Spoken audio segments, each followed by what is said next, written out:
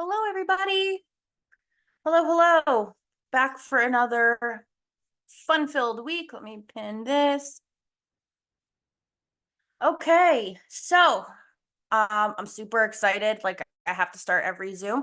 Super excited for today. We're gonna round out the stomach acid series. Last week we did low acid, and then today we're gonna do high stomach acid. I just want to do a disclaimer that there is so much information on this stuff that I could go over. In terms of there are so many different avenues you can take, whether it be like different forms of like esophagitis, right? Or you could have issues with gluten that affect your stomach acid. You could have any of the few things I'm going to cover today. I'm going to give you the basic information and what I'm able to stuff in the amount of time I can hold everybody's attention span. Today, I'm going to go over that. But if at any point anything differs for you personally, I'm always saying this, but message me, message your coaches, feel free to continue to elaborate on it. Because like I said, this is yet another way, another topic that can be so individualized. Okay. So if there's anything that you don't hear brought up today, one, ask me in the comments in the chat because I will try to cover it or I'll tell you if it's too extensive. But last week I spent most of the Zoom, Amanda says in the chat, I spent most of last week thinking we were talking about low as in the lower portion of the stomach versus the upper part of the stomach. I'm so sorry. I wasn't clear enough. I will try to be much more clear today and more descript. But like I said, this could go in a million different directions. So tell me in the chat if there's anything that you want to ask questions about or you'd like more information on. I'll do my best to include it. If it's something I'm not fully well versed in, I will get back to you on it. And like I said last week, I also want to include a cheat sheet this week on the page. So after tonight, I'm going to be adding my notes of this session to the cheat sheet and posting that. I'm so bad with deadlines, ADHD. So I'm going to say by Monday. I was going to say tomorrow with the meal plan, but I think last week was the first time I posted the meal plan on time. So let's not shoot for the stars here, okay? But by Monday, I will try to post a cheat sheet, which will have a lot of information from last week and this week, okay? So, high stomach acid. So pain in the ass and something I did not fully experience until pregnant with an extremely hairy child. But like I think my issues honestly tended to be like last week's topic, low stomach acid. I now know both sides of the spectrum, and high stomach acid really I mean, both of them suck, but there's like no worse feeling. I feel like, okay, maybe there's some worse feelings than heartburn, but heartburn sucks. Like you're sitting there and you're like regretting ever eating anything you've ever eaten in your life. You're just like, why can I just not exist on ice? Because it just feels like you're going to throw up fire. It's awful. Who here has experienced acid reflux, heartburn, indigestion, any of that wonderful bullshit? Anybody in here? It's terrible. I did experience it pre-pregnancy once. I'll never forget. I was like, I don't know, maybe a late teen. And I went to my sister's school, and she's like 7 years younger than me. And they had, oh my God, I have gastritis as well, Alexis. I have an inflamed stomach. It's pretty inactive, but was not when I was diagnosed, and that was terrible.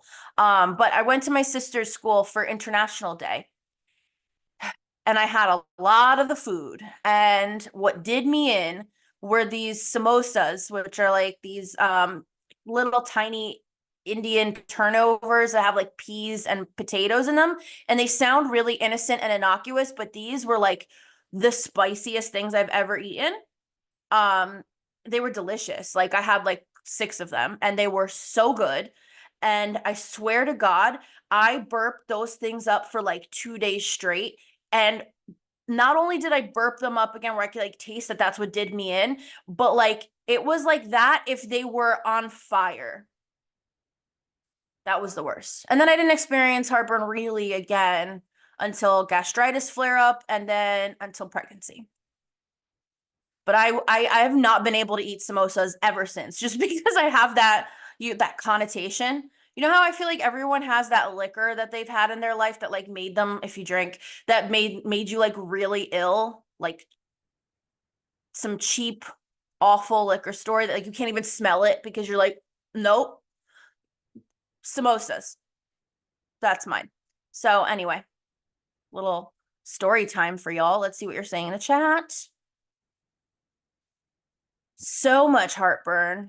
Got lots of heartburn hotties up in here. Mostly in my early 20s, but that was before/when I got my PCOS diagnosis. But I have IBS and it's awful. IBS is terrible. And I feel like it's like they just are like, oh, you just have IBS. And they kind of like, nobody ever really gives IBS credit for being terrible unless they have IBS. Awful. You got a relaxed sphincter at the top of your stomach. We're going to talk about that. And you used to get a bunch of ulcers. We're going to talk about that. No fun. Nope. Especially when it's stress related. I mean, stress is like lighter fluid. Stress is like match, throw it in, you know? So let's talk about it. I look like a gym coach today.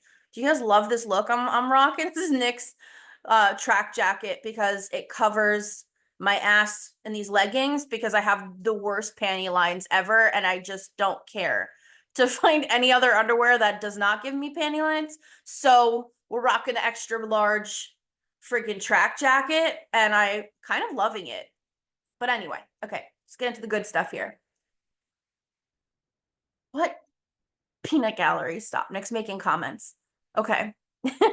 It's giving Team USA at the Olympics. Okay, I'll take it. I did not do any physical activity today except get milked like all day long, which I guess counts. But if that was a sport at the Olympics, I was really active today. So it's a cute outfit. Thank you. I'm actually liking it. Like I put it on today. I was like, okay. All right, anyway, let's get into it.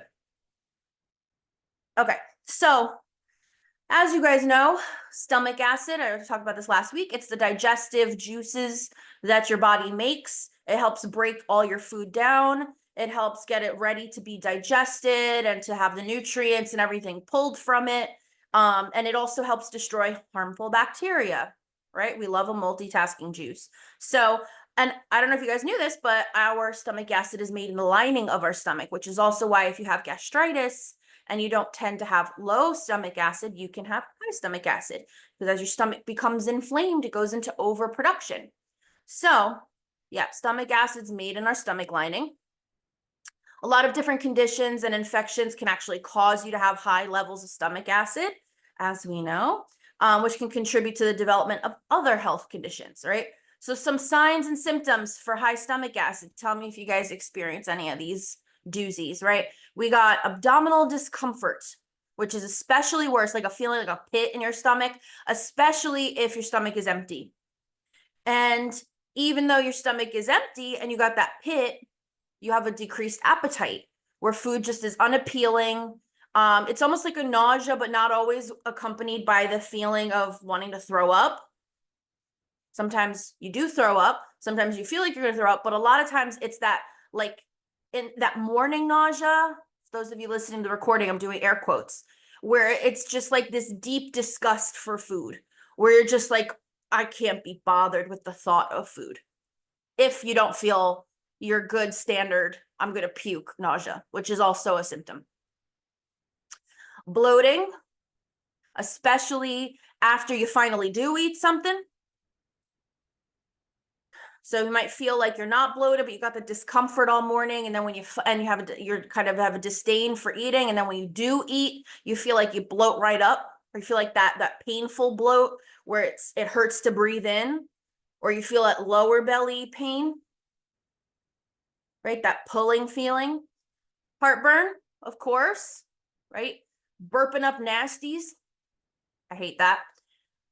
Diarrhea, your food not being properly broken down. And not as common for us with these hormone issues, but you can also experience unexplained weight loss. And I have had clients who, I don't like that this is the term for it because I don't know, it feels weird, but what is it called? Lean PCOS. Um, and those who have hyperthyroidism, if you have Hashimoto's and you tend to go, like you can swing to the fast thyroid side of things, you tend to have diarrhea. Fun times, right? And then with that comes the unexplained weight loss, which a lot of people will brush off and be like, oh, I wish I had that as a symptom. Not my clients who have had quote unquote lean PCOS or the hyperthyroidism. They're sitting there like, their food's running right through them. They don't want to eat anything. They're feeling lethargic. And sure, they might not be carrying excess weight or they might be losing weight unexpectedly, but they feel like actual shit. So, not great. Okay. Abdominal discomfort, morning nausea. Alexis, you're feeling that. Yeah, no, that's the worst. And not only that, it screws us up. I talked about this a little bit last session too, is that I almost choked on my own spit, but didn't get me this time.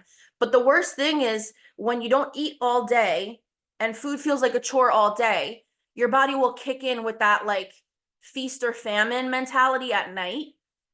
And then that's when you tend to not be as active. And then that puts us at a lot higher risk of insulin resistance and storing all that food we're eating or binge eating and stuff like that. Same kind of mechanism can happen from high stomach acid and feeling ill in the morning. Waking up in the middle of the night with a pit in your stomach is no bueno. Absolutely. I even have a lot of clients that tell me that they like sleep eat, or they'll wake up in the middle of the night and need to eat like a meal because they feel like it's the only thing that'll kind of silence that pit feeling. Awful. Now, this can mask and present as a lot of different digestive issues. You could have this accompanied, you could have this if you have Crohn's, if you have esophagitis, if you have various allergies, so these are all, I want you to keep in mind that if you're experiencing prolonged high stomach acid symptoms, it's really important to get with a good gastro and be able to get some imaging done because this can cause long-term damage. Having all this acid build up like this can actually damage a lot of different tissues and mechanisms. So, and cause ulcers, which we'll get into, right? So having high levels of stomach acid can increase your risk of developing other issues like peptic ulcers, which I know, Amanda, we were talking about. I think, was that in the chat? Am I remembering you said that? Yes, ulcers. Fun times. You can have duodenal ulcers. You can have peptic ulcers. Terrible. You have bleeding ulcers, which I'll talk about. It starts to eat. It's actually when the acid starts to eat away at the lining of your stomach and your esophagus. You can have GERD, which is gastroesophageal reflux disorder. That's the acronym.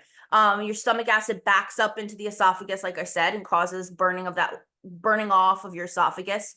Not good. And not for nothing too, like your digestion doesn't just start in your stomach and in your intestines. Digestion really starts when you chew. I said this last time too, with your spit, right? With your teeth breaking down your food, and then your esophagus.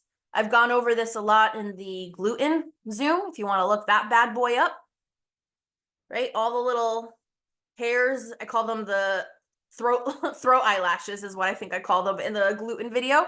But our little cilia in our esophagus, they're like little throat eyelashes, and they move your food down into your stomach and they pull nutrients from your chewed up food, and then it gets to your stomach, and then it can begin the process of getting broken down by your stomach acid, passed through into your lower intestine through a sphincter feature and everything. And if you have GERD, you start to damage the esophagus and you start to damage the ability to start pulling nutrients from the food as well.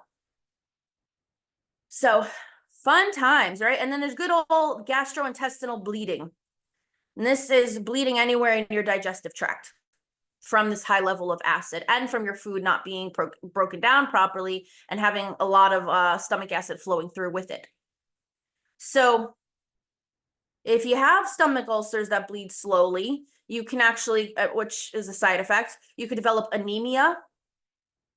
Anemia has symptoms that include shortness of breath, especially low stamina. Oh my God, I can't talk. Low stamina when you're exercising.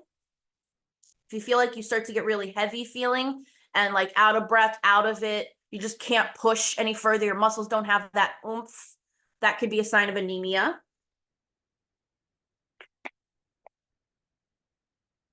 You'd have fatigue, obviously, paler skin than usual.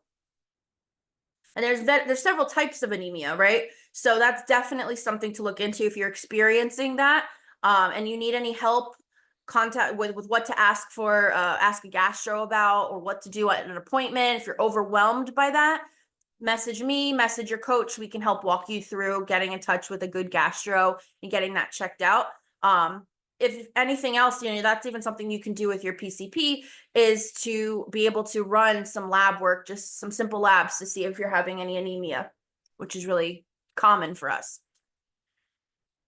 Bleeding stomach ulcers. We're getting into some real flattering stuff here, guys. This is sexy chat, right? But bleeding stomach ulcers, if you have any black and tarry stool, yum, right? Or any blood in the stool, vomiting blood. I mean, if you throw up blood or like anything that looks like coffee grounds, like that should be a sign something ain't right.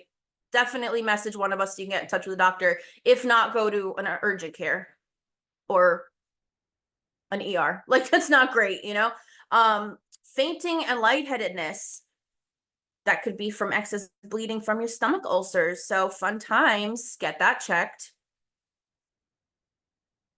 So some issues that can be causing this, right? Some lesser known issues, right? So anyone heard of H. pylori? We talked about it a little bit last session.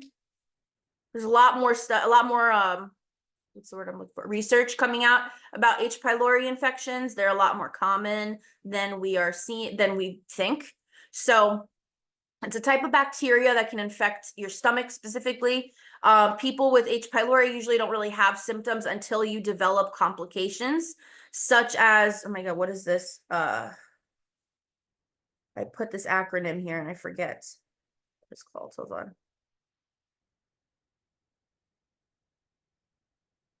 All right, it's PUD. I forget what the U stands for. It's peptic something disorder. Where did I write that?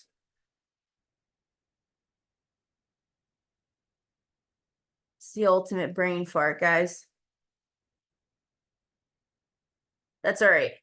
For the next month or so, you guys get the Timu, Michelle. So I don't remember exactly what PUD stands for, but gastritis can also be attributed to H. pylori infection, right?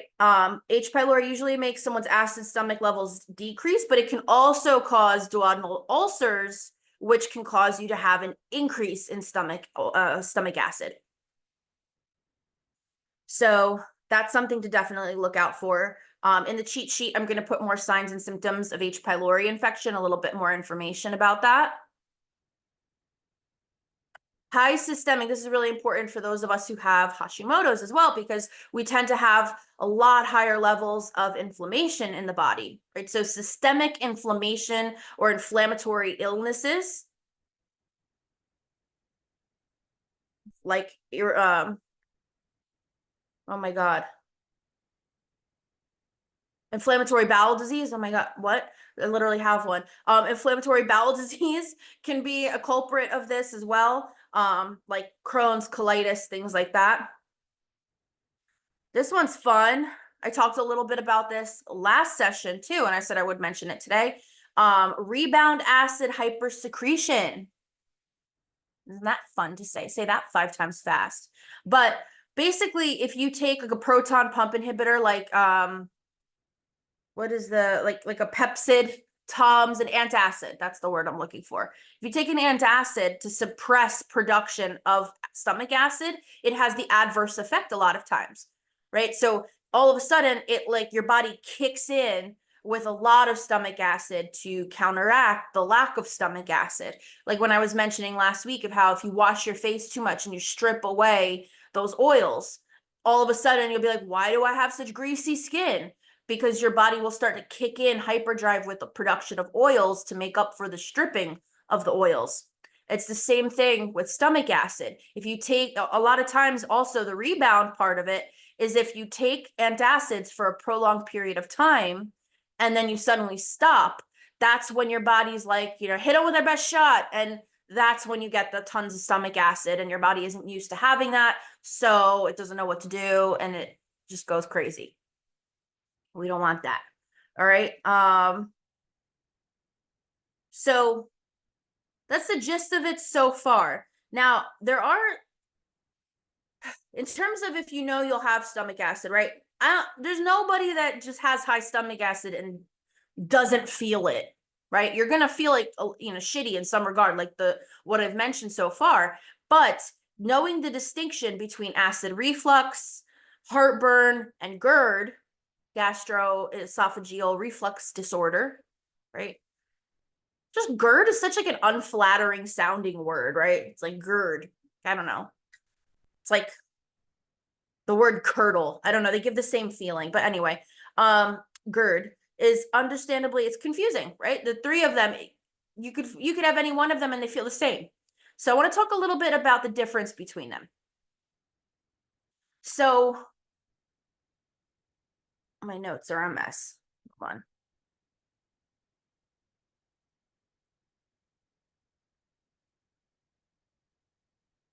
What are I even right here? Oh my God. Crackhead notes. Okay. So when you eat food, something to really think about here is when food heads from your esophagus down to your stomach, there's a space in between that allows food in and out, right? Sphincter muscle. It's not just the nether sphincter, right? We got one up here too. So sphincter muscle allows food in and out. It's what ends up closing up to keep the acid out, let the food in. It's like the gatekeeper between your esophagus and your stomach. And then there's another one between your stomach and your intestines. It's the hatches, right? Hatch doors. So you can have some issues where it doesn't fully close, like what Amanda was saying, doesn't fully close, and then it allows acid to back up. And then that's what causes the burning, right? The damaging of the tissues around it. So after you're eating, you want that could be where your first problem lies, right? Nice sphincter muscle. So then secondly could be the food you're eating. It doesn't necessarily, if you have like a leaky sphincter muscle there, it doesn't even have to be that the food you're eating is fatty or acidic or any spicy, anything that you could try to blame it on. It's literally eating anything will be aggravated by this leaky sphincter muscle. So that's one thing. Then there's also the types of the issues you might have when you do eat certain trigger foods. Your body just doesn't react well with it, right? You're eating, your tomato sauce and it's good in the moment, and then you're eating, it's repeating on you all day, like me with the samosas, right? That's another thing to look at. All three of these issues, acid reflux, heartburn, or GERD, sorry if you can hear my insulin pump freaking out at me. All three of these of these conditions are more common with people who eat too quickly, which I mentioned last week, right? So just not even thinking, and this is very popular in our culture because why? Especially during the day, we're just getting it down the hatch and getting back to life, right? So we're not even fully chewing our food. We're not even breathing properly as we're eating. We're not even tasting anything at some point, right? We're just chew, chew, chew so you don't choke and die, get it down the hatch and go on about your business. No, right?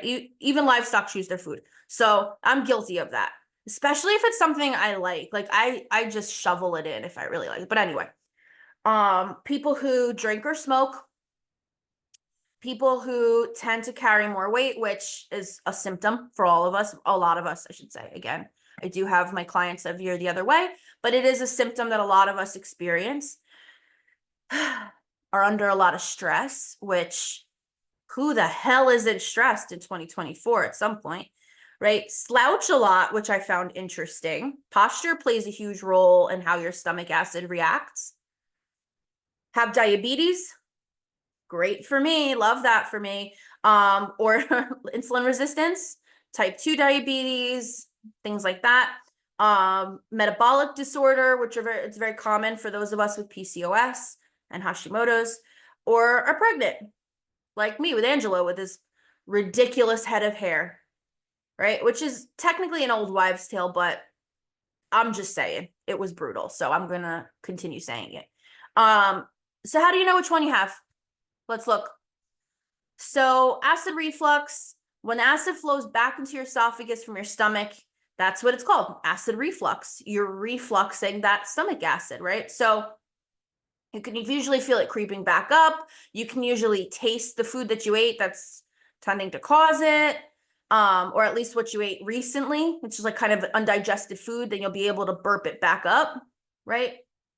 The acid, oh, this is so gross. The acid can be sour or bitter and give you a sore throat, make you want to cough, can give you a chest flutter. Acid reflux can also be accompanied by stomach pain, bloating, and nausea. You may also feel like you didn't properly swallow your food and the food's kind of stuck feeling, like that lead ball in the back of your throat kind of feeling. That's our friend acid reflux. Yay. All right, heartburn, run-of-the-mill heartburn. So a lot of times people think heartburn and acid reflux is the same thing, right? But heartburn is actually just a symptom of acid reflux. So the acid heading back up your throat has a burning sensation, settles in your chest, and you might even feel like some cramping behind your boobs, right? And you might even think like, oh my, maybe, I mean, I don't know if this is just an OCD thing for me, but like you might be like, oh my God, am I having a cardiac event? Like, what is this? Why do I feel this like weird sensation right in the breastbone? Heartburn, right? Sometimes they even say to, which is like a real, pardon my language, a real mind fuck, right? If they're just like, oh, if you're experiencing heartburn, it could be your heart. But no, it could also just be digestive issues. Oh, great. Okay. But it is a symptom of heartburn and something that if you've experienced it, obviously it goes away. It ends up not being a cardiac event and it's miserable. Heartburn can also feel sharp pain or a clenching pain. It kicks in shortly after you eat, especially if you lie down right after you eat, which makes it easier for stomach acid to leak back up into your throat and your esophagus. So if you experience, like I have a lot of clients who are like, I don't like to eat at night. I feel like that'll increase my heartburn. There's a few things that contribute to that because it could be that you're eating too close to the time that you're lying down. It could be the fact that you didn't really eat during the day and then you're giving your body all that food to work with at night and you can't keep up with it. It could be a lot of things, but that's usually a hallmark sign if you tend to have a lot of pain if you eat at night. And then lastly, GERD, right? So gastroesophageal reflux, oh, disease, not disorder, whatever, same shit. Is chronic acid reflux. In mild cases, you'll get reflux and accompanying heartburn a couple times a week. If it's more severe, you might get reflux every day or every single time you eat. It's essential to speak with a doctor if you find you're having regular GERD symptoms. Untreated, it can lead to the breakdown of tooth enamel, ulcers, and extreme cases, esophageal cancer. And that's what I was saying earlier on in the Zoom, where it's like that continuous damaging. The stomach acid is extremely, extremely brutal, right? It's extremely acidic and potent. So, I mean, if you think about it, like it just said, it can wear away the enamel of your teeth. A symptom for people who throw up a lot, right? Whether it's you have an eating disorder, you have bulimia, but also if you have gastroparesis, if you just have digestive issues, if you have Crohn's, things that cause you to throw up a lot, you'll notice that they affect your teeth. And that's how strong stomach acid is. So you can imagine what that's doing to soft tissue that it's continuously going up against. So that's why it's super important. Don't feel like it's all in your head. Don't feel like you're too much. I know there's so much that leads to us feeling that way, especially if we're seeking medical advice. We experience a lot of medical gaslighting or being made to feel like we're hypochondriacs and stuff, right? Just take a Tums, you're fine. It's serious. If you're having stomach acid issues, it's it could be a sign of something else like systemic inflammation, H. pylori infection, other digestive diseases. But at the very least, it could be just causing damage if it continues for a long time. So let's see. What'd you say, Amanda? So I'm a GERD baby. It took ages to get diagnosed, and I was coughing till I couldn't breathe and throwing up so much. It was awful. GERD is terrible. Like it's really kind of undermined as something serious, but it is. It is, like if you're having some kind of dysfunction in your stomach acid, I think I read something that said it's like stronger than battery acid, then like that shouldn't be. We should fix that, or at least see what's kind of an underlying cause. So, I'm glad you finally got diagnosed. Again, I don't know why these things are hard to diagnose. I can't tell you like the hoops that I have clients have to jump through to get imaging done now. Like when I was diagnosed with colitis many moons ago, which I feel like I'm old enough to say now when I say something was a while ago, I didn't have to fight that hard. I mean, granted, you tell a doctor you're having the bloody shits like 30 times a day, they're probably going to want to do some testing. But even now I have clients who I'm sending for, imaging. Like I say that like I wish I can send you for imaging, but really urging them to go to their gastros so that they could order imaging. It used to be like when I was diagnosed that they would just give you a colonoscopy. They would give you an endoscopy, which is through the top, not the rear end. And I hope you guys enjoy the visual of me having to pantomime that out for you. But, now they're like, okay, we got to do a CAT scan first. Let's do that. Let's see what comes up on that. And then if that doesn't show anything, then and it's like, why are you wasting time? Just get in there, scope it out, and luckily they did that for me back then because I was miserable when I was diagnosed. My mom figured it out because I was burping while I was coughing. Oh, sounds brutal. Doctors were hardly a help. Like, why? Then you got scoped. It's like such a fight to get doctors to do any kind of internal imaging. And I know the reason, insurance. There's pushback from insurance because it's expensive. So they want to try and do exercise cheap methods first before they go for the big daddy, which is the imaging. Have you guys seen those TikToks of those people who go like overseas and they get full body workups and full body scans? I was just watching this one girl. Where'd she go? I think she went to Turkey. And yes, medical tourism. Well, I'm a big advocate of medical tourism. I'm going to Greece for these teeth. I got quoted $45,000 for the dental work that I need here. Absolutely not. For 10, I can get a Greek vacation out of it and eat a gyro at the end of the day. I'm not beat to spend like a Toyota worth amount of money on my teeth here. But anyway, love medical tourism. I saw this one where this girl went to Turkey and I think she paid, I think it was like $800 and she got the full workup. Like she was in she had to go back, I believe. I haven't seen this video in a really long time, so I hope I'm not like talking out my ass here, but I think it was like 2 days and they scanned and did everything, like top to bottom, full blood work, full scans, full imaging, like basically like, let's see what you're at risk for. Let's see what's on the horizon. Like they did all the detail work and it was so cheap. And here they're like, you sure you don't just need a Tums and a Tic Tac? Like I don't understand, but I guess I do understand.